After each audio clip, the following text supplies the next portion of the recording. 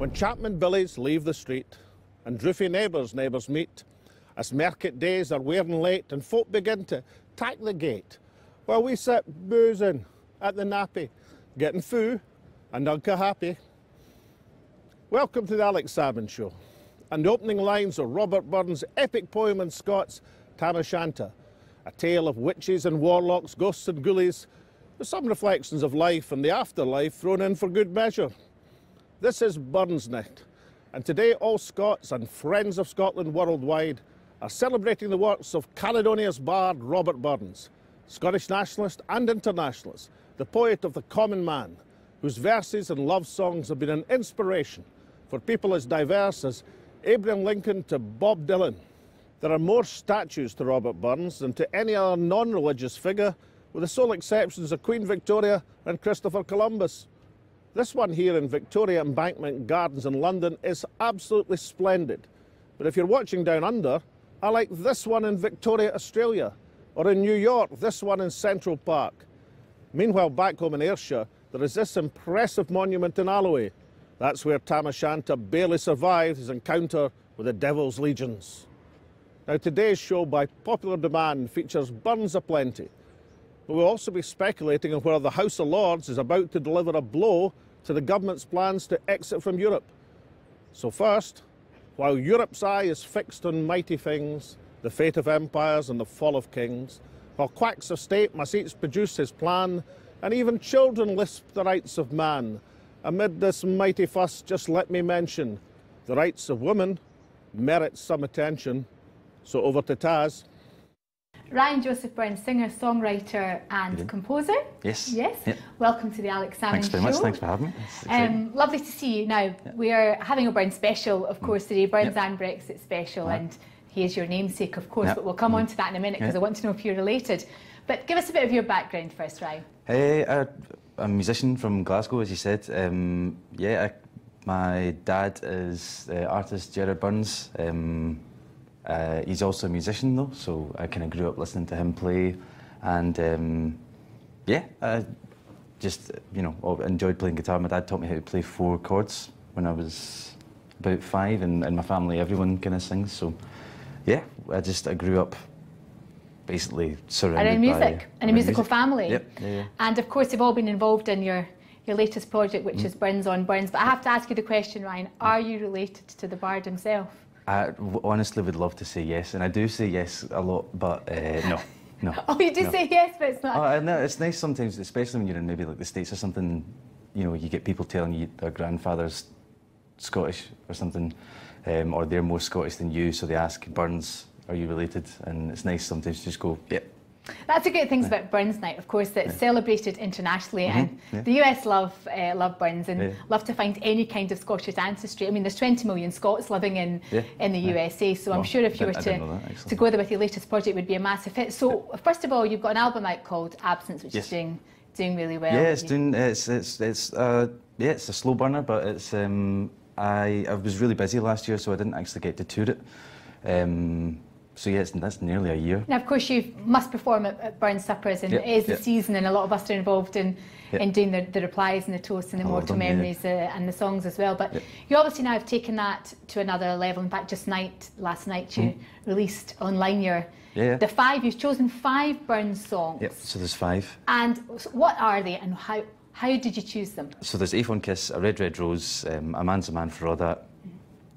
Which I've called Is There for Honest Poverty. And they, of course, and they already have sort of traditional music, so you've stuck to that, so maybe given your own take on it. Yeah, there's maybe a rhythmic change or maybe a slight arrangement change, but the core melody itself is still there.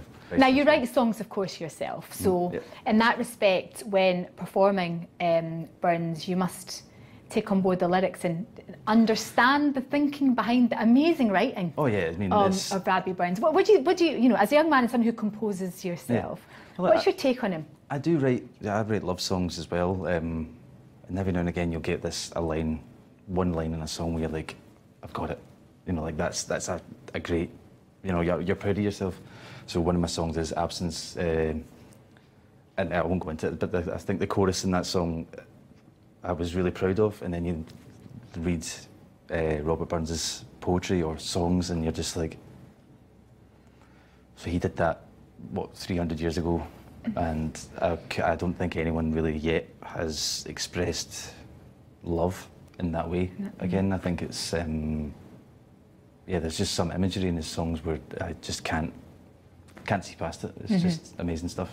Obviously, it says a lot about Burns and his eternal currency, that what he wrote so many hundreds of years ago still bears resonance and is credible and current today. Yeah, I absolutely agree with that. Yeah, it's... Well, we look forward to hearing. Obviously, you're out online. I don't know how you wonderful musicians make any money, because you put all of it's all out there for people to download, but I hope they do, and I hope they listen to your work, and our viewers will too. Yeah. So, Ryan Joseph Burns, thank you very much. Thanks for having me. Now over to Alex with your tweets, emails and messages. Alex, anything in about the Bard himself? Oh, sure is, Taz. This is the Robbie Burns special. From Graham, for example. Just a wee request for next week's show, Alec and Tasmina. A blast to Sheena Wellington singing A Man's a Man for All That. Well, Graham, Sheena was on our Christmas and our Hogmanay shows, but I'll have a wee word with Ryan for the end of this show. And then Stewart Hill says, great show, guys, just getting better and better. Innovative and informative. Oh, and you listen without constantly interrupting the guests. Yeah, I'll leave the interrupting to Tasmina.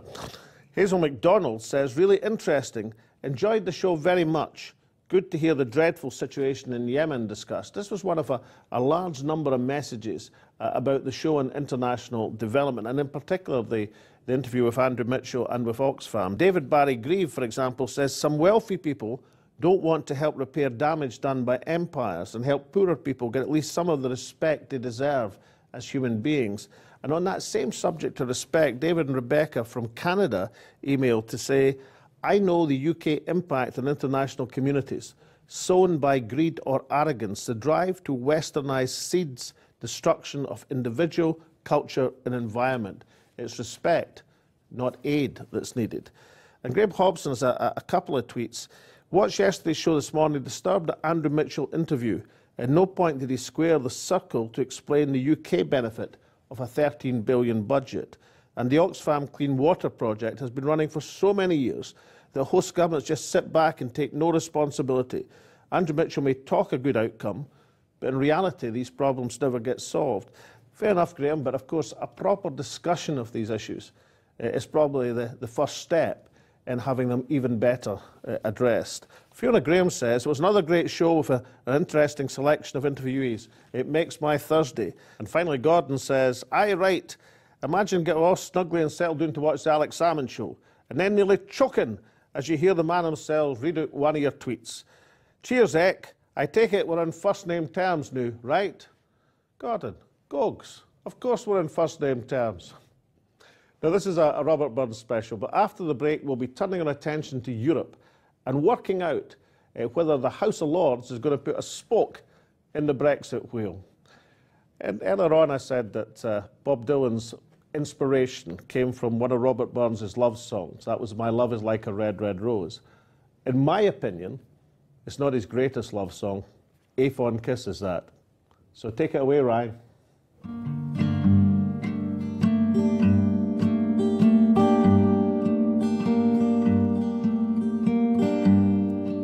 A fond kiss and then we sever. A farewell lasts forever. Deep in heart-wrung tears I'll pledge thee. War and sighs and groans I'll wage thee.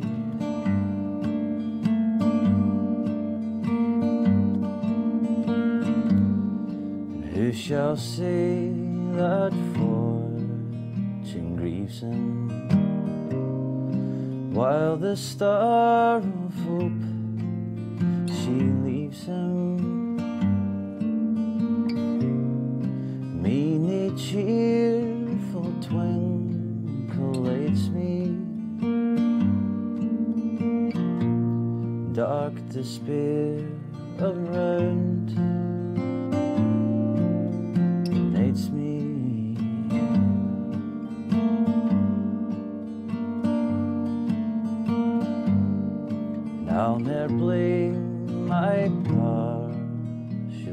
Nancy. Nathan could resist my Nancy, but to see her was to love her, love but her and love forever.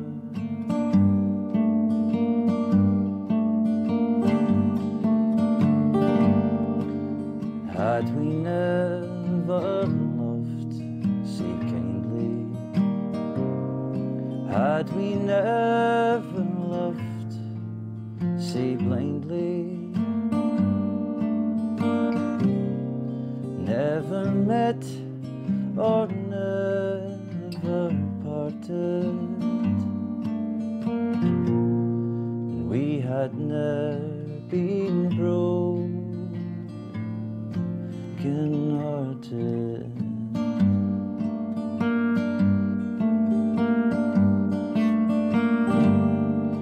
Fare thee well, my first and fairest. Fare thee well, my best and dearest. Thine be ilka joy and treasure, peace, enjoyment, love and pleasure.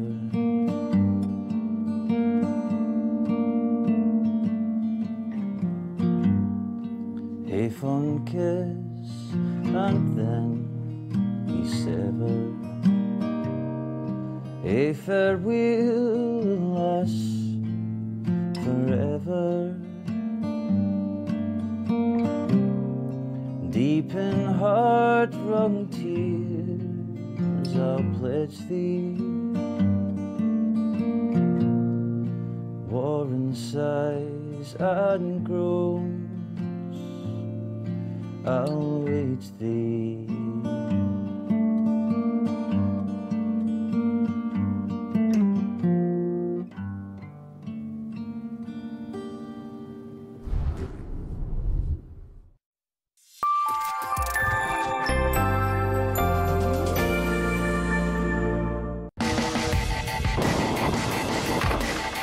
Я воспринимаю как какой-то безумный чувак, который дает представление, шоу. Я придумал трассу, я начинаю бояться и продумывать всевозможные варианты моего срыва, падения. Благодаря этому страху я могу просчитать все. Тихо, не сатай, не сатай. Блять, подожди, не иди туда. Мне это понравилось. Искать новые виды трюков, чтобы их снять и удивить людей. Снизу течет жизнь. Никит тут скачет. Невозможное для меня намного дальше, чем я думал. Это просто непередаваемое ощущение. Я никогда такого не испытывал. Это не травмоопасный вид деятельности, вот то, чем я занимаюсь. Это смертельно опасный вид. Max Kaiser's Financial Survival Guide. Look, Stacy, here's my gold. I'm going to store it safely at the Federal Reserve. Are you sure it's still there, or are you going to get it back? Oh, heck yeah. Oh, heck no! What's this, a repatriation scheme? What do we get the rest, in 7 years? Don't let this happen to you. Watch Kaiser Report.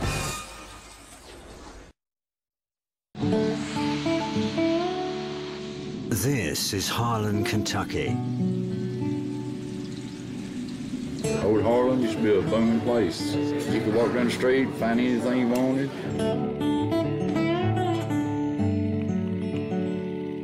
A coal mining city with almost no coal mines left. The jobs are gone. All the coal mines are shutting down. That was our lifeline. These people are survivors of a world disappearing before their eyes. I remember thinking when I was younger that if anything ever happened to the coal mines here, that it would become a ghost town. But I never thought in a million years I would see that, and it's happened. It's happened.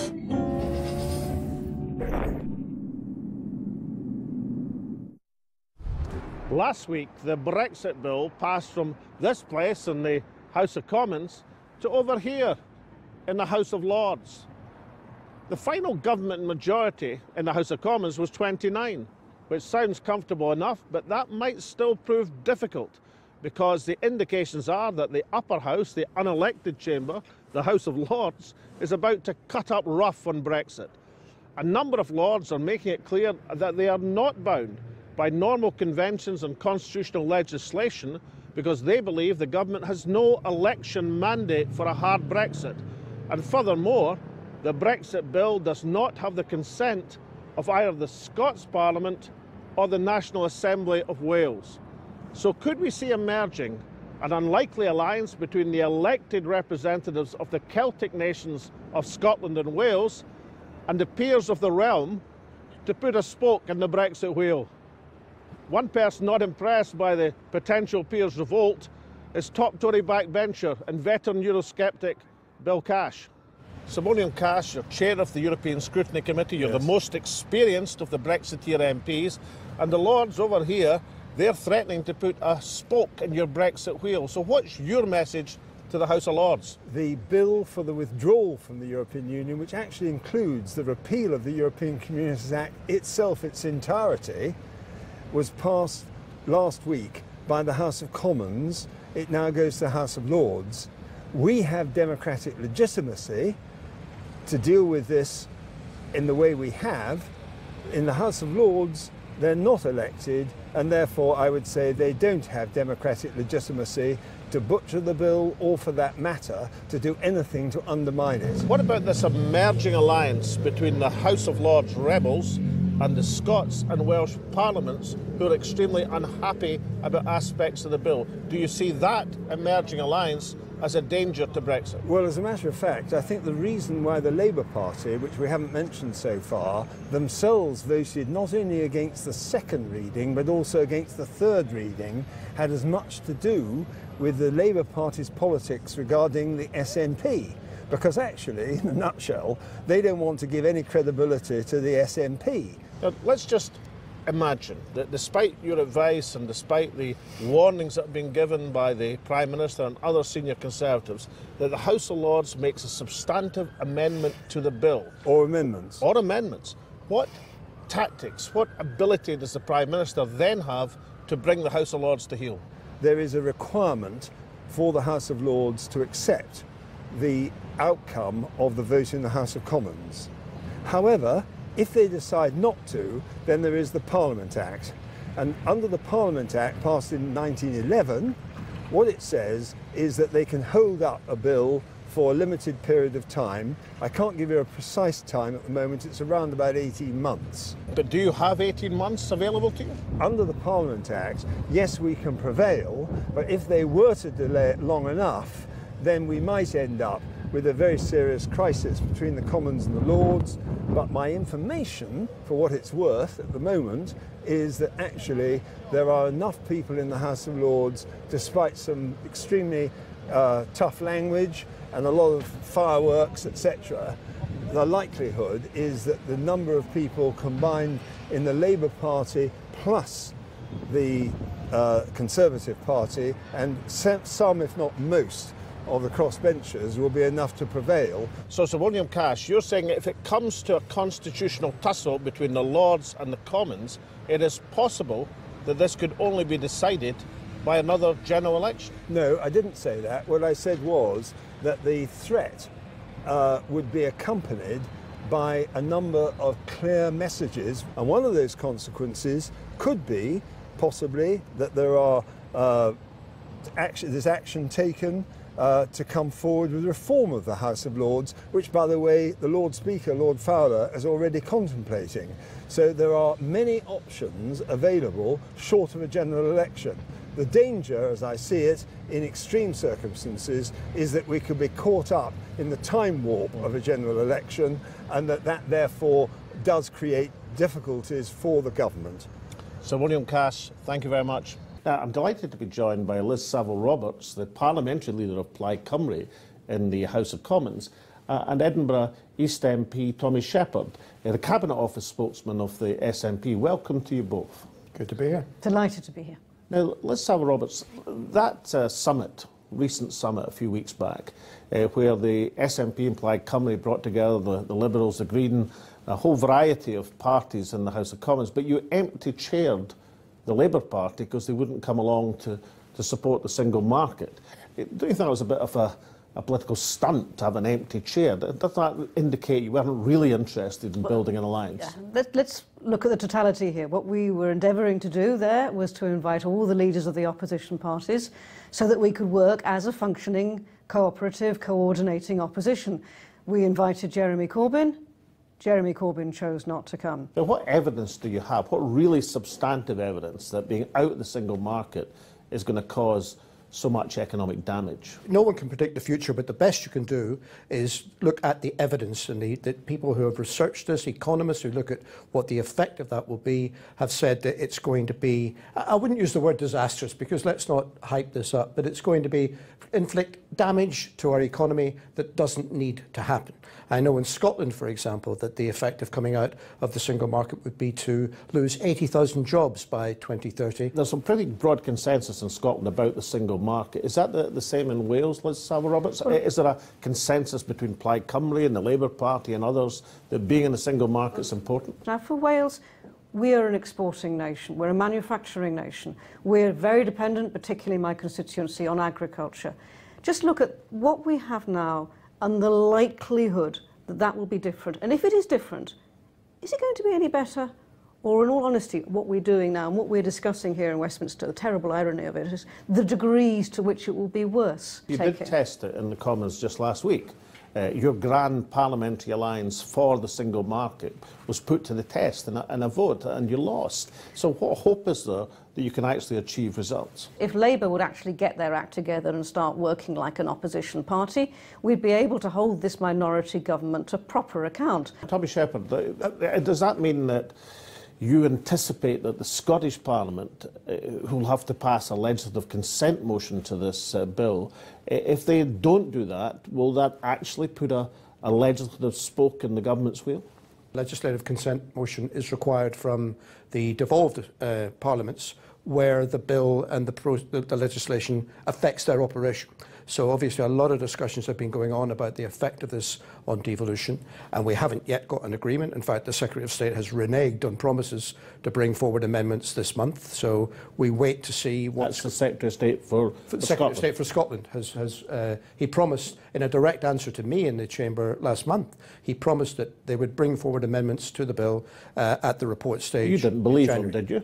Well, you know, I'd like to take people as they come, you know, and the fact that the Secretary of State has said one thing in public to the House of Commons, has done another, I think history can judge on his intentions. Thomas Sheppard, but if the LCM is not approved by the Scottish Parliament because those arrangements for devolution are not satisfactory, and at the moment they certainly are not, then that will present the British government with a political problem. Clearly they could override it and drive through because we are not an independent country. It's not a legal problem because this is a convention as opposed to a legal stipulation, the legislative consent motion. Is that your reading of the situation for Wales? The United Kingdom is a unit of 4 nations. What we see in this instance is one of those 4 nations actually putting itself in a position and choosing to put itself into a position to be able to say to the others, you do X, Y and Z. Where'd you go? If Scotland, the Scottish National Party MPs in the Commons, the Plaid Cymru MPs, maybe some more friendly Labour MPs too, the Liberals and Green MP, they're jumping up and down saying we should stay in the single market, government outvotes you as they did last week. The Scottish Parliament, the Welsh National Assembly say the same thing and they disregard that. But where do you go with your case? Well, I mean, I have no doubt in my mind that the Westminster Parliament and the British government can and may well override the wishes of the Scottish Parliament on this matter.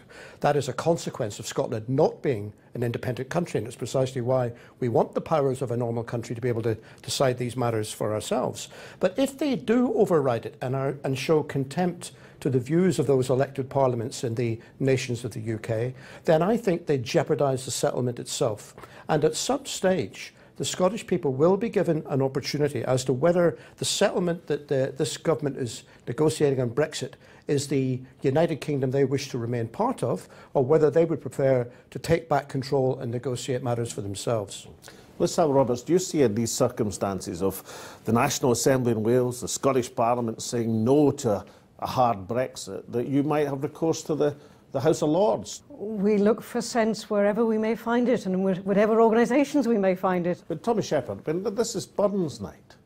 I mean, in Robert Burns, the poet of the common man and internationalism, you're not going to tell us on Burns night that the Scottish National Party are going to rely on the House of Lords to give you the political clout to stop the government? We're not relying on the House of Lords at all, Alec. And I mean, for some of your viewers may not know, but of course Britain is one of the few countries in the world where a majority of the parliamentarians are not elected. It's because there's more people in the House of Lords than there is in the House of Commons. The House of Lords, the upper house, as they sometimes describe it, is, you know, is stuffed full of appointed aristocrats who represent no one, who are accountable to no one. So that's correct. But they can throw it. I mean, that's why we don't take part in it. But if they can throw a technical spoke in the government's wheels, then I will be applauding them in doing that. I would much rather, though, that we had an elected second chamber that represented the people rather than one that represents the aristocracy.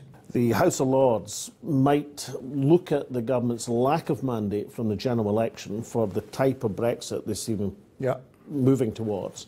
They'll look at what happens in Scotland and Wales, the absence of an assembly in Northern Ireland at the present moment, and feel that is legitimate indication that the government's bill could be stopped. Do you think that's a serious possibility? Well, I think they certainly should consider that. And in fact, even going back before that, they should consider whether or not what's happening reflects the mandate of the people in June 2016 when they voted in the Brexit referendum, because leaving the customs union, leaving the single market, turning our backs on all things European was not on the ballot paper.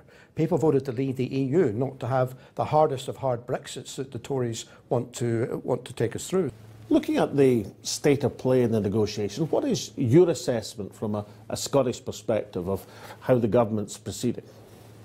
Well, I think it's a pretty dire report card, really, in terms of what the government's done in, what is it, now more than 18 months since the Brexit referendum.